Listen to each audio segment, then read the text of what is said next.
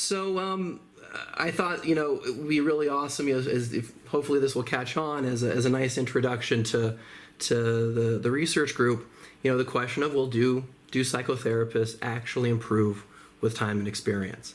And until this study, there really hadn't been any research in this field. This was actually the first longitudinal research that was done to figure out, well, what happens over time with an individual therapist. Okay. So we have a long history since the 1980s of knowing therapy works. If breaking this up into thinking about it as an effect size, therapy has a 0.85 effect size, and it really doesn't matter so much. I mean, it does, and we'll kind of get into that a little bit later, but it really doesn't matter so much what approach you're using, as long as it has basic components. That, again, we're going to get into that a little bit. That whether it's CBT, whether it's a behavioral approach, an emotion-focused approach, or a psychodynamic approach, you're going to generally see the same outcomes, the same gains, no matter what technique you're actually using. So that's not the question. We know therapy works. That's an amazing effect size for any sort of intervention, medical, psychological. We're trying to figure out in this study, given that it works, well, let's follow the therapist. There's been little to no research up until recently. We're talking the past 3-4 years, serious research looking at the therapist, him or herself. What is the therapist as a person bringing into therapy, as opposed to focusing on the specific ingredients? Up until recently, we've been looking at a medical model of therapy, where the techniques we use, the interventions that we're drawing from are looked at as though that's the medication, and you, the therapist, is the pharmacist. You're mixing that medication, you're measuring it, you're giving it to the client in such a way to see, just like a pharmacist does, just like a doctor does, to see change. So in this research, they had a couple different questions. Number one, what are the outcomes over time? And not just time being the measure, but also the amount of clients a person's getting. So we're looking at time and we're looking at experience. And the third question they were asking was, okay, well, what's the dropout rate with clients? Before diving into the details of the research, I thought it was pretty cool to kind of see, well, who are the guys that actually put this one together? So Goldberg, he was kind of leading the research. He was the boots on the ground guy. But Bruce Wampold is the one that this research is coming out of his lab. He teaches at a couple different universities, one in Norway and the other in Madison, Wisconsin. He's a professor emeritus there, and he is one of the big guns in clinical psychology. You can kind of think of him, and if anyone ever hear of David Barlow. So these are like the Abaye and Rava of clinical psychology. David Barlow is leading in CBT. His research is in specific ingredients. So if you're looking to really get neck deep into specific interventions, he's your guy, and he and Stephen Hayes are actually one of the only two people that have created a multi-use type of therapy, where it's specifically designed to be process-based, that can be applied using, in his case, CBT principles and techniques to a broad range of clients. So that's David Barlow. Well, Bruce Wampold, he's coming from a completely different therapeutic tradition. He was a figurehead in developing a contextual model of psychotherapy, where he's saying, listen, you're not a pharmacist. It really doesn't matter so much when you start crunching the numbers, looking at specific techniques, that when you get into the percentage of how much that accounts for outcomes is really infinitesimally small. And I got some slides for you to see those numbers, and it's interesting to see. He definitely is subscribing to the dodo bird hypothesis, where like I said, every therapy is effective. And when you start looking at meta-analyses, you really get the same outcomes more or less. You could make an argument there's specific problems that might need a specific type of intervention that's iffy, and Bruce Wampold would really push that hard, arguing no, it's not so iffy. He posits there are 3 different pathways to any therapy. If you were to, like I said, what makes therapy work, he'll argue there are 3 elements that make therapy do what it does. The first is the real relationship, where you're creating a real bond with another human being. It's more than just the therapeutic alliance. That's the empathy, that's the caring. He would very much push a more Jungian philosophy of there has to be love in the room. You really have to have a deep connection with a professional love, but a deep connection with your client. And that's one pathway to change. The second is positive expectations. If anyone were to go to a heart surgeon, you got clogged arteries, you got problems, and you ask the surgeon, "Doc, can you help me?" If the doctor said, "I don't know, but if we work hard together, maybe this will work out," you wouldn't see that surgeon ever again. You'd go try and find someone who will say, "Yes, I can actually help you. This is something that's a tried and true method. Nothing's for certain, obviously, but don't worry, I got a good track record, I know what I'm doing, and I can help you." The beliefs, the positive expectations that a person has, the client, when coming into therapy is vital for therapy to be more successful. So it's not just giving, you as the therapist, giving that sort of reassurance, but this also includes, providing hope, being there to really hold the client in his own doubt. Is this going to work or not? So that would be the second pathway. And then the final one is the specific ingredients, and that would be any specific approach you got. That's your CBT, that's your emotion focused therapy. That you have a ritual that you're drawing from that makes sense on an intellectual level. That a person can look at that as a roadmap and say, "Oh, well, you have a plan, okay." It kind of bleeds into the positive expectations, but it's different enough that it stands on its own as a different element towards what the therapeutic process is. He's taking a lot of his work from Frank and Frank. They were a couple. It was a husband and wife team that did a lot of work in developing these ideas. That was it. As an anecdotal story, they very much pushed for clinicians to say, you must tell the client you can help them. You have to get them on board and let them know that you can be helpful, so that they can actually have enough trust to do the work and see the gains. Great book that Bruce Wampold wrote was the Great Psychotherapy Debate. So I really suggest, if you haven't read that book, that is like a key reading. That is just chock full. He used to be a mathematician, so it was a lot of graphs, a lot of explaining how does he know therapy works and why. And so that's Bruce Wampold. I'm getting into the details, even though this wasn't so much covered in the research paper, because at the end I'm hoping to kind of answer how can we avoid this trap of not improving with time. And I'm going to go back to some of these therapeutic pathways to describe strategies to actually get better as a therapist. And here's just a diagram of his contextual model, how this one works. So you can take a look at that. Take a look at that after.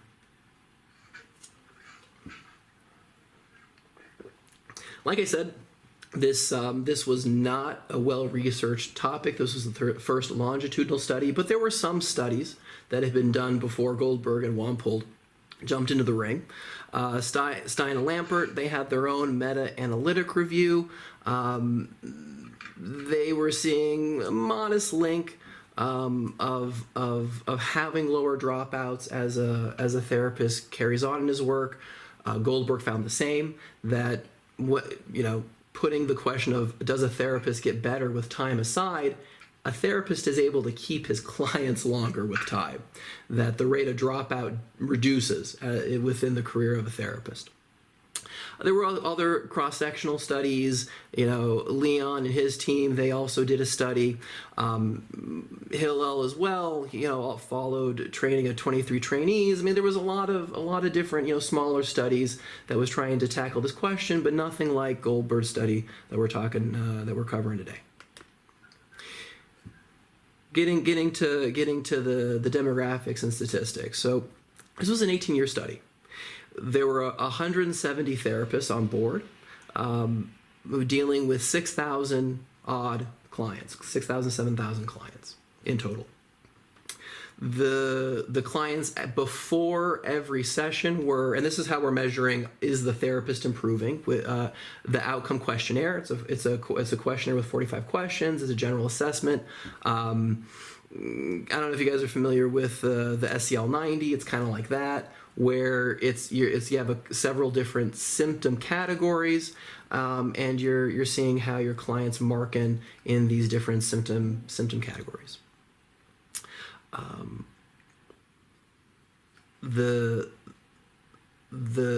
were some sort of wiggle room in terms of what therapist was available. We're seeing some therapists leaving the clinic, and so we'll get into those confounding elements a little bit later. But it was a pretty well designed project given its constraints. The therapists, they each had a minimum caseload of at least 10 clients. The average caseload was 39. Each person had different levels of training. So that was also to the benefit of this research, getting to see different therapists at different stages of their own development. So some were trained, some were, postgraduate, some were already licensed. And each therapist, they were following all the legal standards in their state, having mandated professional development, in-house training, group and personal, individual and group supervision. So these guys were being well monitored, and they were receiving standard support any therapist would have in the field. On average, they had 5 years of experience clinically, and most everybody define themselves as working eclectically. That's a whole different interesting area of research, whether or not working eclectically is more effective. I'll leave someone else to do that, to present that research. But we had one REBT therapist, one psychodynamic therapist, and then two ACT guys. So those were the diehards in the group of the 170. The confounds. So as you imagine a 18-year study, a lot of problems are going to come up. First of all, this is just a quasi-random study. This is not an RCT. So right there, it's taking a little bit of a hit statistically. It could be more experienced therapists had harder cases. It's true, everyone had varying level of expertise. Some therapists, we could argue they already reached their upper level, they're not improving, and so they're going to be outliers in this study. People did have different caseloads. There were early terminations with clients, and so there's a lot of different reasons to say, okay, well, whatever outcomes we're going to be seeing in this research, it does cast some doubt in the outcomes we're seeing. On the other hand, in terms of the statistical tools that were being used in this research, they were solid. Like I mentioned before, Bruce Wampold, he was a mathematician before he became a clinical psychologist. And so they really pull out all the stops to try and statistically remove all of these confounds. And even when they did, they had the same results that we're going to be seeing.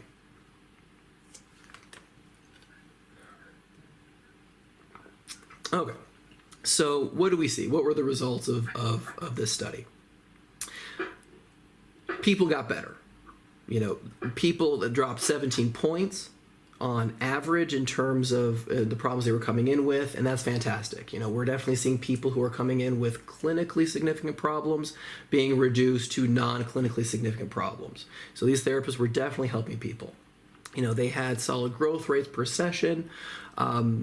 52%, they showed a reliable drop in their OQ scores. For 42% of clients, they fell below clinical range, so that's solid. I thought this was kind of interesting. 1% of the variance in patients pre and post change was due to the individual therapist himself. So if we were to exclude all the common factors, all the therapeutic pathways, all the specific techniques, and you're just looking at, hey, that human being who's sitting in the other chair, how much of an influence that has, it's 1% of the variance, 1% of the impact of therapy. So I thought it was kind of interesting, just it wasn't so much the emphasis of the research, but just kind of leave with the question of the individual, professional stripped of his profession, how much of you, the person, actually contributes to therapy. They were saying around 1%. It's interesting how they kind of arrived at that anyway, but that's also, I guess, another topic for another time. They had very large effect size. It was above the average that we see in therapy in general. So they had a 0.94 effect size. So again, they did great. Therapy works. No matter what we're finding in this research, how therapists do get worse over time, it doesn't mean therapists are not helping people. They're definitely helping people. However, therapists did get worse over time. It was slight, but only 39% of therapists actually got better with all the supervision, with the group supervision, with the training, with the state mandate stuff. It was only 39% of these guys were actually getting better in the job that they were doing day in and day out. Where they did improve, most people predominantly improved with the dropouts. The therapist was able to figure out how to maintain the clients he was seeing. That was almost universal.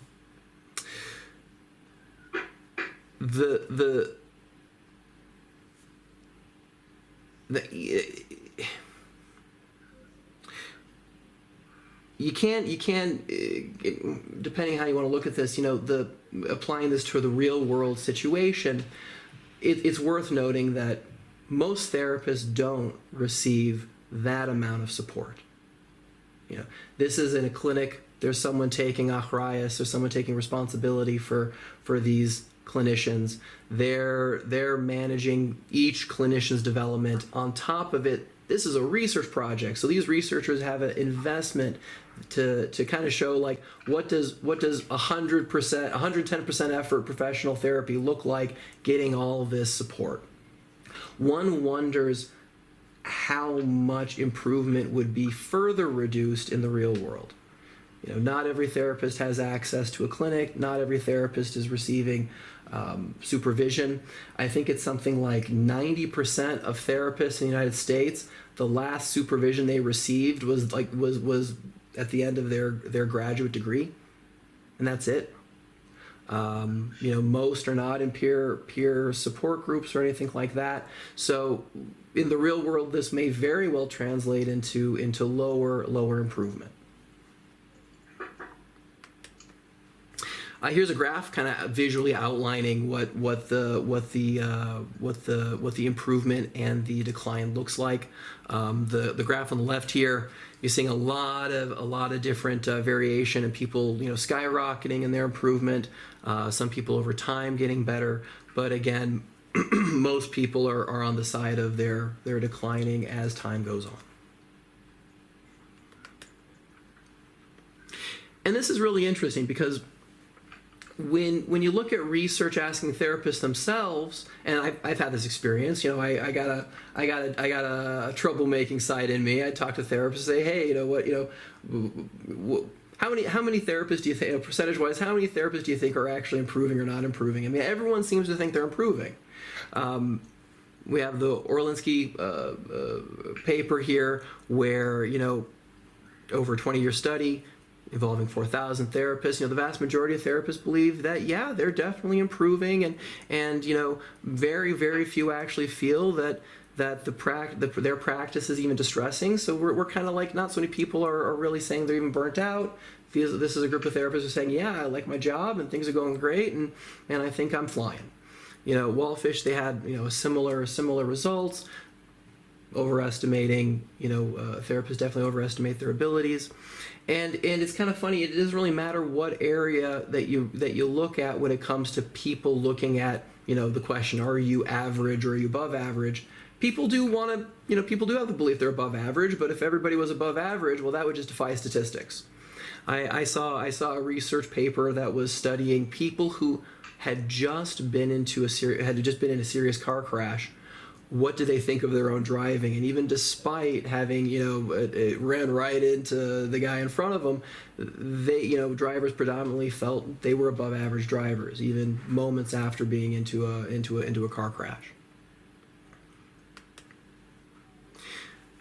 So the question is, how do you explain this? And how do you not fall into the trap of losing ground professionally? Therapy is an interesting profession. Maybe you guys can, but I can't think of a single profession where a person is not held accountable to the broader world. My grandfather, he was a woodworker. He, as a hobby, he loved it. And, he would make these amazing lawn decorations. And he was just a very creative guy. He had a shop kind of like in this picture. It looked more or less like this. And he just put stuff on his lawn, and everybody in the neighborhood would say, yeah, Ray, that's amazing. Where'd you buy that? I made it. Hey, can you make me 5? The whole world could see he was really good. He was really a really great woodworker. A doctor, you think of a doctor who, how many people are in the surgical room? You got the assistants, you got the nurses, you got the students who are watching him do the heart operation. He is being watched by everybody.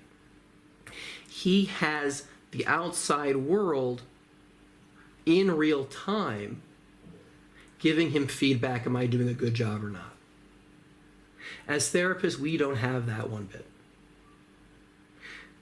Even within supervision, it's rare to find people who actually record their sessions to show their supervisor.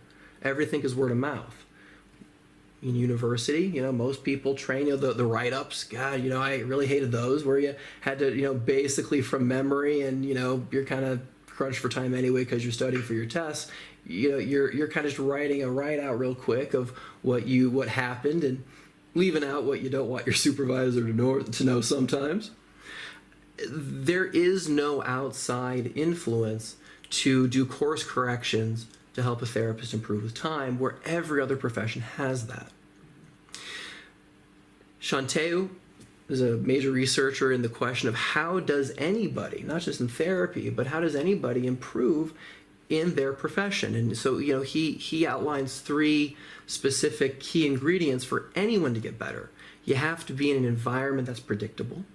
You have to have outcomes that are explicit. You know what you're shooting for ahead of time. Like my grandpa's making a rocking chair. He knows he's making a rocking chair. There's no surprises there.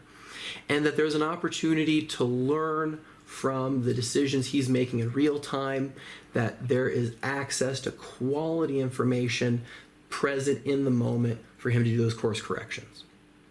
Like I said, we just don't have that. Environments are incredibly unpredictable. Especially, if you're working with, severe cases, people who are psychotic, people who have, access to personality disorders. From one day to the next, you don't know what's going to happen. Did this person cut himself? Did this person cheat on his wife? Is this person fall into a major depression? Like, what are you looking at day to day? So number one, it's very unpredictable. Outcomes, that one, it is very hard. There's what you might think would be good for the client, what the client would like to achieve, and who knows if truth is even in the middle of those two things. And and even as far as assessing symptoms, well, we have all this research from Stephen Hayes and the ACT folks who are saying, well maybe it's not even a good question to look at symptomology, but it might even be detrimental in the process of growth. That's a question on the table. So we have a very unique field where the things that actually would help us become better are simply not present. So Wampold and Goldberg did another study. A couple years later, they said, all right, we didn't like the outcomes. We didn't like the outcomes we saw in the study we're covering today. So what if we took the advice of these researchers? What if we try to make things more predictable? What if we put in some better training fail-safes that the therapists could learn in real time and compensate to make better rocking chairs? Let's see what happens. So what they did was they incorporated outcome monitoring into the clinical work wherever they could. It wasn't just they were using, the OQ. They were really assessing, not just the clients, but they're using assessments on the therapists themselves, how they felt each session went. They were really trying to get hard data to encourage watching yourself as well as the work you were doing. They incorporated, and this was perhaps more important, something called deliberate practice, which is very much what I was describing with my grandfather, that what you have to do in any sort of work that you're developing is to break everything up into micro behaviors. And that by operationalizing, well, what are the aspects of therapy? What are the actions of therapy? The specific moves you're making. And judge every single one of those in your development. Well, how good could you get if you take that approach? And so they would specifically within supervision have all sessions video recorded, so that your supervisor could see the client, could see you. He's following the whole thing as the session's unfolding, in you literally then creating that outside observer who can accurately improve the work that the therapist was doing. What they saw was dramatic growth.